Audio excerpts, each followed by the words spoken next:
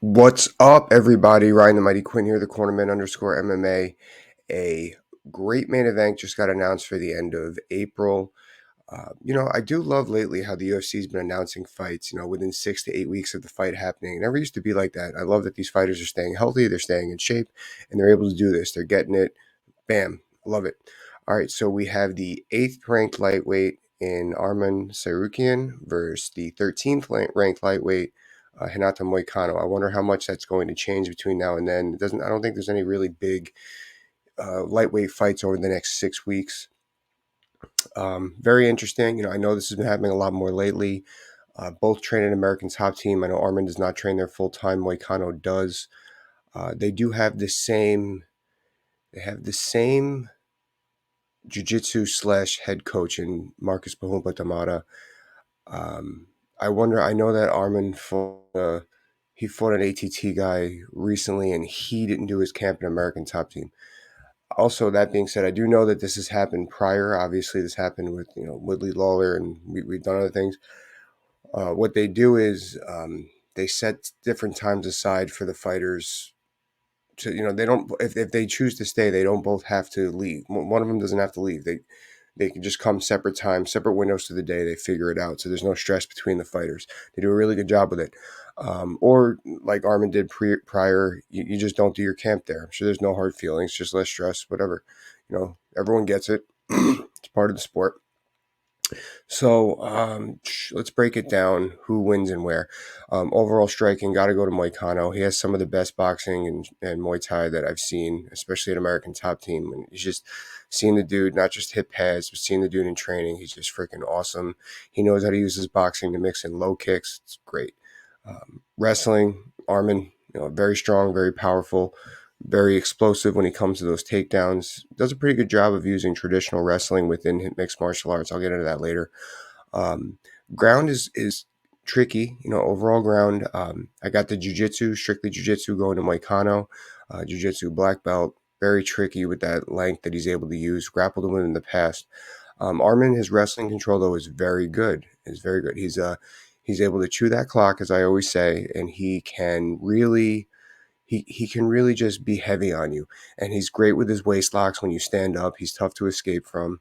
So that's going to be really interesting. Who can imply that there if the fight gets there? So, all right, let's break it down. Who do we got and why? Or who's winning where and why? If I am Moicano, I'm going to do what he does, stalk to the center, control the distance, not necessarily control the center, and just keep the shorter fighter at the end of my punches. I did see now Moicano's when he was at 145, he was huge, but even for 155, he's pretty tall.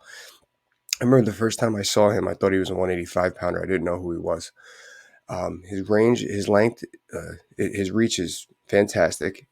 And I would just keep Armin at the end of my punches. One thing that I noticed with Armin is he tends to have his head in the air a lot, and he doesn't move his head. He's so stiff just trying to get that explosive takedown that it makes for your head being a target.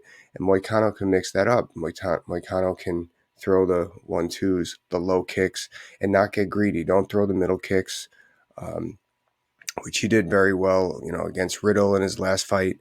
Um, and just do that. The beating will come if you just keep doing that. He's not going to get greedy. Moicano also fights very disciplined.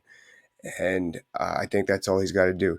Just keep it. He doesn't have that. He doesn't have a very inviting stance for takedowns, but we're going to get into that on Tsarukyan's side in a second. So just keep those 1-2s, bodies, 1-2-3 kicks, stuff like that, and just keep it a kickboxing fight. Make it kickboxing. Control that distance. Control. He doesn't. He's not someone who flashes at jab a lot, throws straight punches to the body, as I like to see. So the 1-2s and move the head and then move offline is really what I would see. 1-2, low kick, jab, low kick, move offline. If you see the fighter coming in, which Tsarukyan tends to shoot from distance, give him a knee, give him a straight kick to the body. I think it's pretty textbook on how to do it, how he needs to do it. Now, if I'm Tsarukyan, Like I said prior, you got to move that head a little bit more, especially against a longer rangier striker who's got some zip on his punches. You got to move that head. I do like that Tsarukyan he likes to throw those head kicks, as we saw against his last fight in Ismagulov. What that's going to do is it's going to force Moicano to cover up a little bit. I wouldn't go away from that. I would definitely keep those head kicks, almost like they're a defensive offense, not counteroffensive. However, he does like to throw lower kicks and body kicks, but he never throws punches with them. He's going to have to mix up that boxing and move the punches before kicks in order to land those. He might catch Moicano with some calf kicks. When he prods forward, he tends to get a tad heavy on that front. Might be a good thing to score with as a calf kick for him. Now, ultimately, he wants to take fighters to the ground. As I said prior, he does a pretty good job of using traditional wrestling and mixed martial arts as far as his he shoots takedowns. Like, he does the penetration step very well. Now, against somebody like Moicano who can keep range, he's probably going to be a little too far away to do something like that here. So what he's got to do is, against the taller, rangier fighters, he's going to have to get inside, and he's going to have to get that clinch, those underhooks. He's going to have to move Moicano out of position. See, that's where Moicano is so good, is his positioning when he's on his feet. That's why it's so uninviting to really unleash on him with those strikes, really try to just shoot out of nowhere without setting things up. And so that's what he's got to do. He's going to have to get that tie clinch, make it messy with the clinch game, get those underhooks, throw those underhooks by Tsarukyan we're talking about. Just get Moicano's head offline. Get it offline.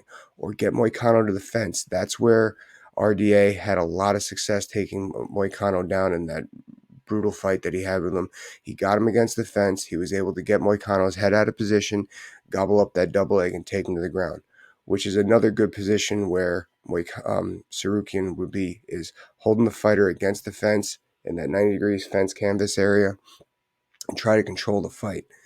Also, one thing I like what Tsarukyan does is when people are hand fighting, whether against the fence or on the ground, he does a really good job of just throwing an uppercut in there, scoring some. I think that's how he's going to have to win this fight. Because similar to last fight, Ismagulov, he's got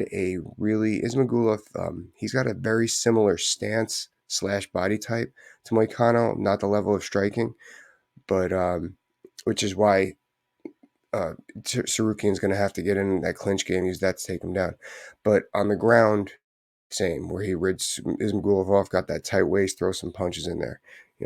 Make it I don't want to say a lay and pray fight, but a ground control fight for Tsarukyan.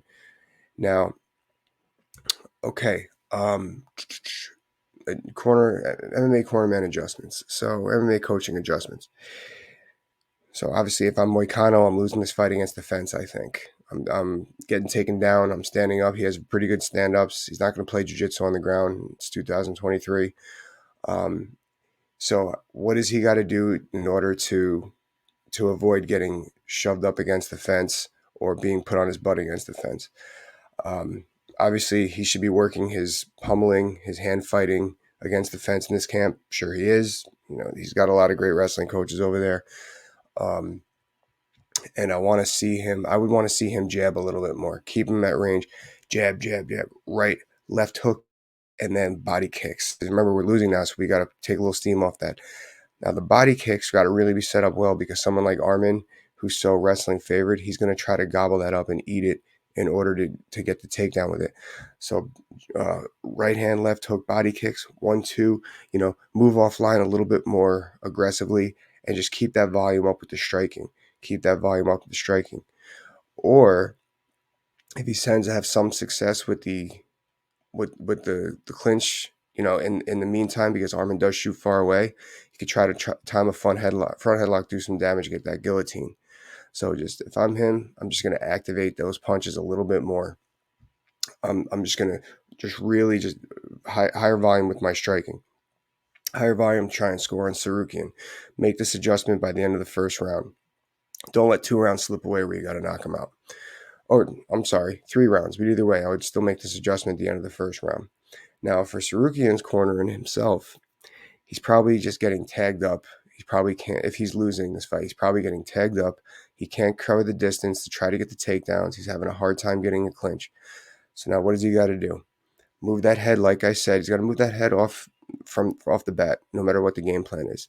He, like I said, stop doing this. Can't come up. He's got to hide behind that jab, activate that jab, and then throw the power punches with Moicano. When you throw the power punches with Moicano, you get in close. It gets a little bit messy, but you're in that clinch range that I was talking about. So he's got to get inside and start throwing punches with Moicano. So he's going from his primary offensive style. Now he's got to be a little bit more counteroffensive behind an aggressive jab. He's got to get inside to get Moicano up against the fence or on the ground and try to just chew that clock, like I said.